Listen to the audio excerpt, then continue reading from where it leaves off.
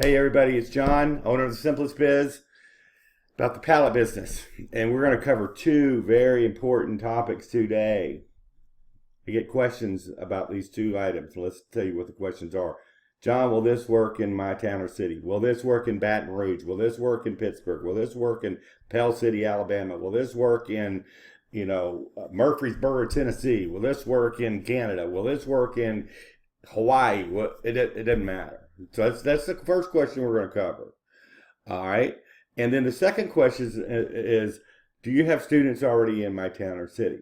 Okay. So they kind of go hand in hand. But I want to cover both of these topics and help you guys understand and girls understand this very important topic. Okay. And I'm going to go in depth because I want you to understand the concept of pallets and how they are everywhere. All right. It's the way the whole world moves.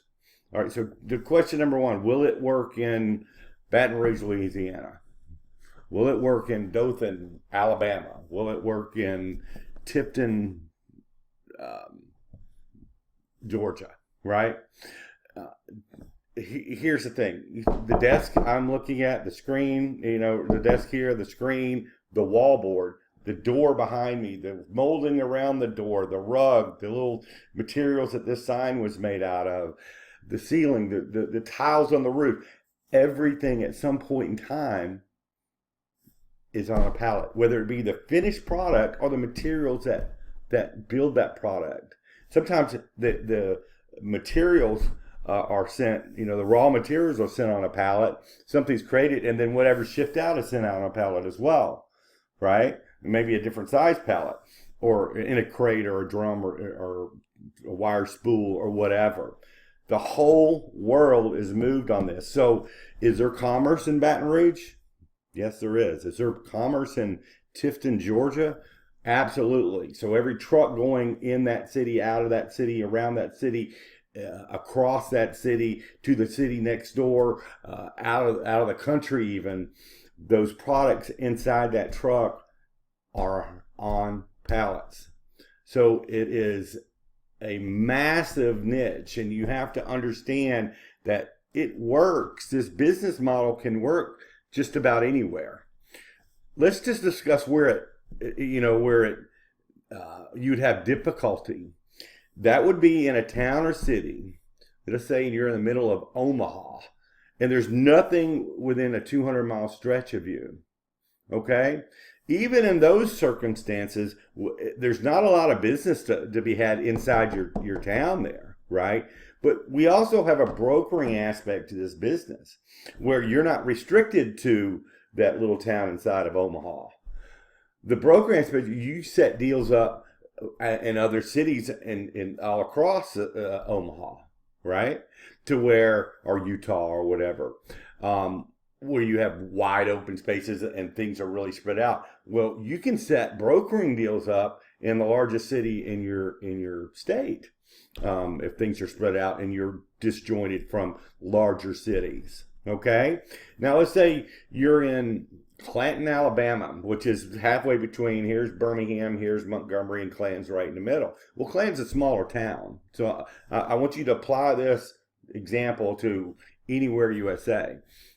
But in small towns, there's still a lot of activity, especially if there's a bigger city within, 60, 90 miles from there. So the Clanton, city of Clanton, even though it's a smaller town, it's servicing businesses in Birmingham and services and businesses in Montgomery and all across the state as well. So there's more activity in that smaller town than you would find in a town that's in the middle of Utah with nothing around it for 200 miles, or Nebraska in a small town of 2,000 people that have cornfields for the next 250 miles around you.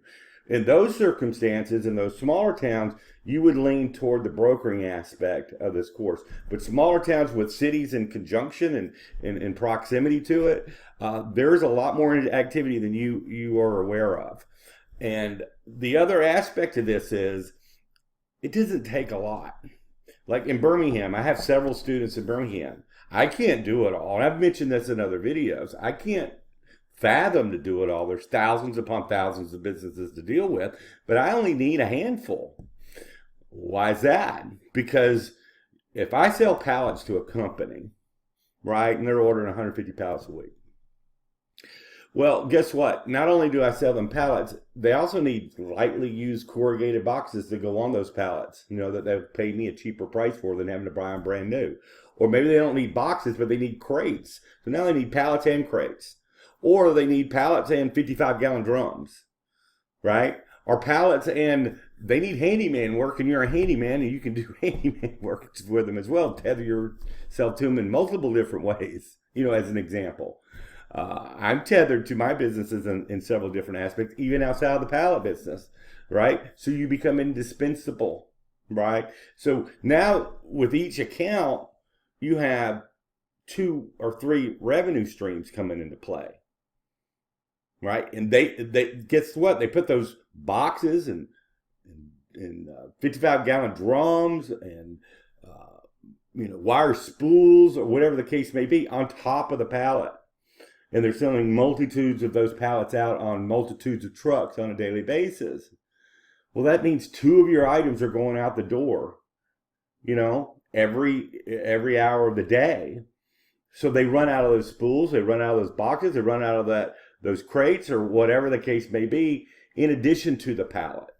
So now one account is like 2 or 3 revenue streams per account. So if you have 5 accounts buying 3 items each, that's like having 15 accounts. Okay? So I say all this to help you understand we don't have to dominate the whole city. I have students that are doing a 4.5-mile radius and making $1 million, in their first year of a small little 4.5-mile radius. So it's so big. And it's so pervasive, the pallets they're everywhere, that there is business to be had. And that covers this topic, hopefully. It helps give you an understanding that this works any city, USA, with the exceptions of the scenarios I was talking about earlier. And even in those scenarios, we have the brokering aspect that's taught in the course, where you can make passive income, setting up deals where you're not delivering, but you're getting week after week income based on the orders that are taking place, but you're not actually have to physically move them. And that comes to play in used pallets, custom built pallets, and other items as well. Okay? So that's topic 1. Topic 2, just as is important. And I want you to understand the nature of this course, the nature of the training, and the nature of the private Facebook group when it comes to this question.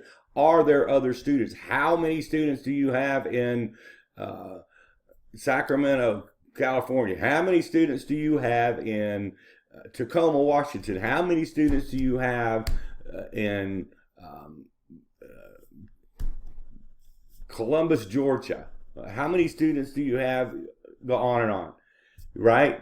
Well, you better hope I have students in the city that you're talking about, because there's 2 things taking place. We have a private Facebook group, and that private Facebook group is like family. So when somebody joins that group, day after day, hour after hour, when somebody comes in that group, hey, I'm from Nashville, Tennessee. Anybody else from Nashville, Tennessee? Right? So you get to connect with other students, and if there was other student in Nashville, you could connect with them. And on top of it, one, nobody in the group's out to poach other people's business, because there's so much business to be had anyway, right? Number 2, they connect, and guess what? The gentleman who just started has a supply of 48 by 52 pallets or 48 by 48s that he came across, but he didn't have a buyer yet because he just started yesterday. But this guy has a buyer, and he's maybe short for 48 48s. They team up.